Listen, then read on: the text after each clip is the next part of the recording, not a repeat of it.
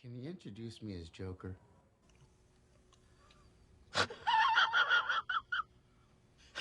Uh,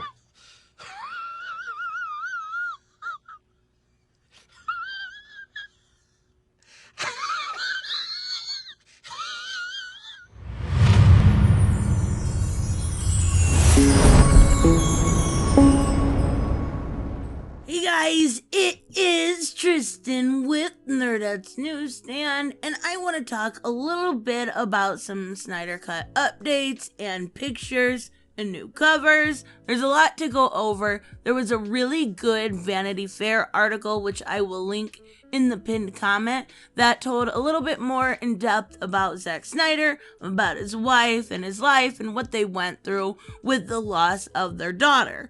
But what I want to specifically talk about is some of the things that were confirmed in that interview.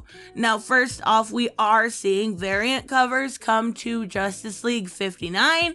It's kind of funny that they're putting it on Bendis. Ugh. Maybe it'll actually get some sales with that. But regardless, they are okay. I would say the one by Jim Lee is not his best work. The one by Lee Bermehue is absolutely stunning. I really think that's a beautiful cover. But specifically talking about the Jim Lee cover, I'm seeing a character that has been kind of confirmed and kind of not when it comes to the Snyder Cut. So it looks like we're definitely going to see Martian Manhunter in this movie. Now, some of you may know that already. I am just calling it as I see it. Now let's talk a little bit more about this Vanity Fair article, because there's a lot of good insight as to what Zack went through when he was going through the death of his daughter Autumn, and the whole way that Warner Brothers treated him, which was absolutely terrible. But it also tells us a few things that we kind of already knew already, and a lot of people were in denial about. And that is, for one, the Snyder Cut never really existed. It was just some files that were on his laptop that he thought he'd show his friends and family, and it wasn't really a concise full movie, which explains why it's taken so long to come out. And don't get me wrong, I am excited about this movie, and I'm glad that Zack, after reading that article, got to have his vision come true, because I think it was only fair. But do I think that Warner Brothers did the right thing by taking away the keys to the castle to the DC characters? Yeah, I definitely do. I really do. His versions of every single one of these characters are very dark. They're not very true to character. And I think that we need a Boy Scout Superman, not a murderous psychopath. But regardless, let's talk about some of his ideas. I did say some people saying that Zack Snyder was trolling people by saying that in his original vision, he was going to have Bruce Wayne, Batman, and Wonder Woman. Lois Lane. Batman was going to be in love with Lois Lane. I don't think that is actually trolling, for one. We've seen it done before, and I think with him kind of being a normie fan of comic books, and specifically talking about The Dark Knight Returns a lot, I think that he kind of took it in the nicest way possible. He definitely took it from Superman, Batman, World's Finest, right? Because that was kind of the same exact storyline in that. But regardless, let's talk about some of the other stuff, because we have a beautiful picture, right? We get it, Zack. You're an edgelord. We get it. Okay, what is up with the Christian imagery within all of his movies? Now, the funny thing is, looking at Jared Leto, he already has like this weird Jesus persona he tries to play out, and like he's very cultish and weird, but I don't like it. I don't personally like it. I think it is Zack trying to be edgy. In my opinion, I don't think it fits the Joker's personality literally at all. Now, I did have someone say in my community post that maybe he was paying homage to Robin King. And if that were the case, that would be so fucking cool. But it's not, because Robin King is a Bruce Wayne. He is an evil Bruce Wayne. He's not actually Joker or Robin or anything like that. And the timing that this was kind of shot, the reshoots, right, were really right when that character was coming out. I don't think that has anything to do with it, but I would love that idea. I just don't simply think it's true. Now, this is very weird to me, but I have a theory. I'm not sure yet because, like I said, I'm just casually looking at this movie. I am more of a comic fan. I think that he is maybe, with this nightmare scene, having Joker as the sacrificial lamb, so to speak. And that's what this imagery kind of shows us. That Joker in this nightmare scene is going to sacrifice himself for the world to survive. Maybe, or more than likely, it is Zack being an edgy boy.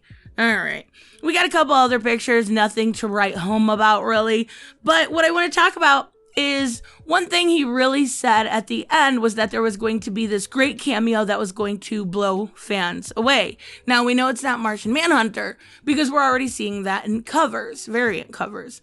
So my best guess is I've seen some names thrown around, like Black Adam, which it could very well be. I've also seen the name of Green Lantern, Ryan Reynolds' Green Lantern thrown around. I can't say that that would blow me away. Honestly, I would say with either one of those, I would probably be disappointed. What I would love to see, and I know Zack Snyder is a Dark Knight Returns fan, how fucking cool would it be to have, Batman say, "Come here, Robin," and have it be Carrie Kelly? I'm sorry, that would be so dang cool. I would absolutely be blown away. Or the other one I think I would be blown away with was maybe a Green Arrow. Charlie Hunnam specifically. I love Sons of Anarchy and would love to see either one of those. More than likely, it's probably Green Lantern, but Carrie Kelly would be very, very cool to see in live action, to see as that end character. I would absolutely love it. Now, there was some insight, and it kind of showed us why we saw Ray Fisher really target certain people. One being Walter Hamada later, and the other two being Jeff Johns and John Berg, right? We saw him target them specifically. We didn't know why. Well, in this interview, we find out that both John Berg and Jeff Johns were sent to the set of Justice League simply to babysit. For one, Warner Brothers, not a good practice. That's really demeaning to a person, and I don't think that was fair to Zack Snyder at all. For two, now it explains the hatred that Ray Fisher had towards those two people and why he targeted them, even though, honestly, they were just doing their job. It was not the best use of their talents, especially Jeff Johns, but it actually, kind of makes sense as to what we have seen from people like Ray Fisher being an absolute mess and a drama queen. But regardless, this was a really good article, and I definitely recommend it, especially if you are kind of, even on the fence about the Snyder Cut. I'm not on the fence. I think it is very great that he finally got his vision, but what I'm afraid of, and one thing that it does talk about, is those toxic fans. Now, you could say passionate, or you could say psychotic. You could say you will see them in the comment section, and they'll prove me right time and time again. They'll threaten your life. They'll threaten your family. But he calls them passionate. Okay, I get that. You don't want to be mean to your fans. I totally understand it. Really, quite honestly, it shows that he is a good person. But what I'm afraid of with the release of this is it's not going to be enough. It's never going to be enough. They wanted the Justice League Snyder Cut. And then when Walter Hamada said it was a cul-de-sac, they wanted it canon. It's not canon. It is simply an Elseworld story. It's never going to be enough. And that's what I'm afraid of. You're going to see a mass amount after the release of this movie of people really yanking it up, turning it up to 10 for more and more and more. And I don't want to see that. I just want to see people happy. And I think Zack getting this chance really does make him happy, because what he said about his daughter, and I'm not really going to go into it, about his daughter that passed away, though, was absolutely heart-wrenching. It really makes you feel for him as a creator. And that was a low point in his life. And this is that vindication he deserves. Let's end it there. and everyone be happy. It's that simple. But regardless, we get some edgy boy pictures, so yeah. Oh boy. Alright, I don't know. I don't know what he's thinking. I really, really don't. This is not Joker at all, but that is my opinion. Let me know yours in the comments below. I will see you guys in the next one. Bye-bye.